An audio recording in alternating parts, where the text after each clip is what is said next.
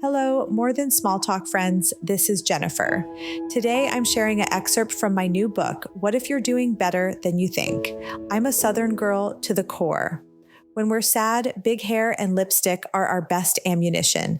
Not quite tease it to Jesus big, but a little effort and volume won't hurt anything. Most of us come by it honestly. If you were raised by a God-fearing Southern mama, you've probably heard something like, "Sugar, you might feel better if you put a little lipstick on." Southerners serve shame as a side dish and deep fry self-loathing in a special batter strong enough to beat ourselves up with it daily. We don't need others to be hard on us. We are black belts at tearing ourselves down brick by brick without outside help. Maybe it's too much of a blanket statement to assume every Southerner is prone to feeling guilty about saying no or taking the time they need to pull back and heal, but I sure did.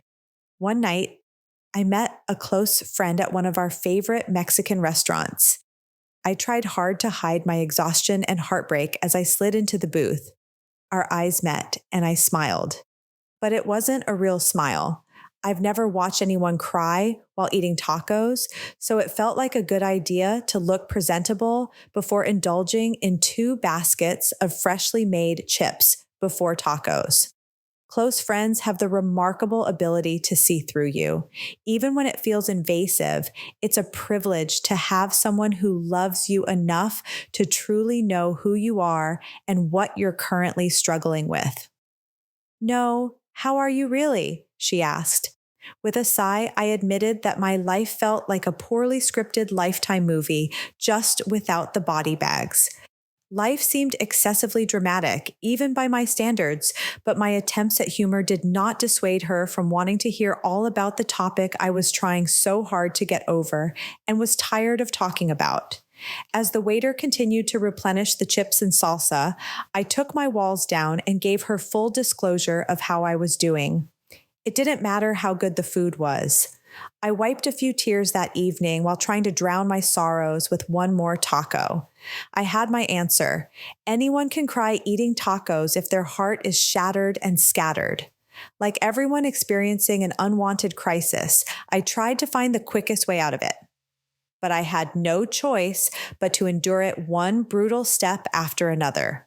The more I tried to rush healing from trauma, the more setbacks I had in my health.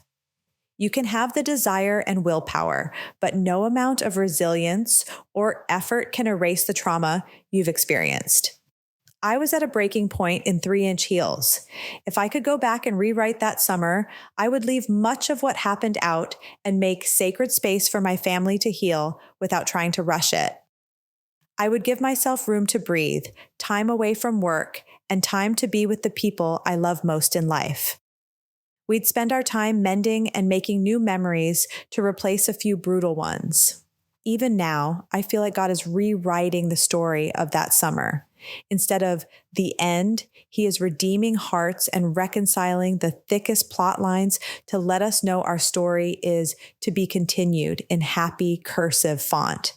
God is still writing your story too. One day, you will look back and see the hardest times in your life were merely the backstory. We might feel alone at times, but the scriptures remind us that we can find the nearness of God to sustain us. The Lord is near to the brokenhearted and saves the crushed in spirit. Many are the afflictions of the righteous, but the Lord delivers him out of them all. Psalms 34, 18-19 ESV. It's not just a promise of closeness, it's the hope of being rescued. God weaves a redemptive thread throughout the worn-out fragments of our storylines to remind us that He isn't finished with us yet. You can find what I read today in my new book, What If You're Doing Better Than You Think? Finding Courage and Confidence When Life is Messy. Holly, Susie, and I will have another episode for you soon. Thanks for listening, and share this with a friend so that they can be encouraged too.